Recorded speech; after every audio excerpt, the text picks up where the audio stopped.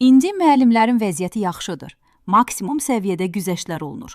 Showmedia.az xəbər verir ki, meyxanaçı Rüfət Nasosnu üzləşmə layihəsində belə deyib. Tarix müəllimi ixtisası üzrə təhsil alan meyxanaçı əslində hüquq sahəsində oxumaq istədiyini, lakin balı çatmadığını ifadə edib. O bildirib ki, əvvəlki dövrlərlə müqayisədə müəllimlərə yaradılan şərait indi daha yaxşıdır. Bizim evimizdə təmir gedirdi. Kafeli müəllim vururdu. İşdən çıxıb gəlib, ustanın köməkçisi kimi çalışırdı. Axı düz gəlmirdi, müəllim idi. Müəllim həm tərbiyə versin, həm də gəlib evində işləsin. Bu elə bil düz gəlmir. İndi müəllimlərin vəziyyəti yaxşıdır.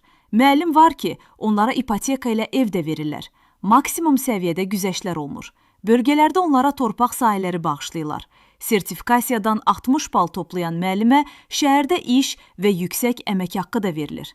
İndi repetitorluq da var. Əvvəl o da yox idi. O vaxt hər müəllimin evində o şərait də yox idi. Ya da evdən qəbul etmirdilər.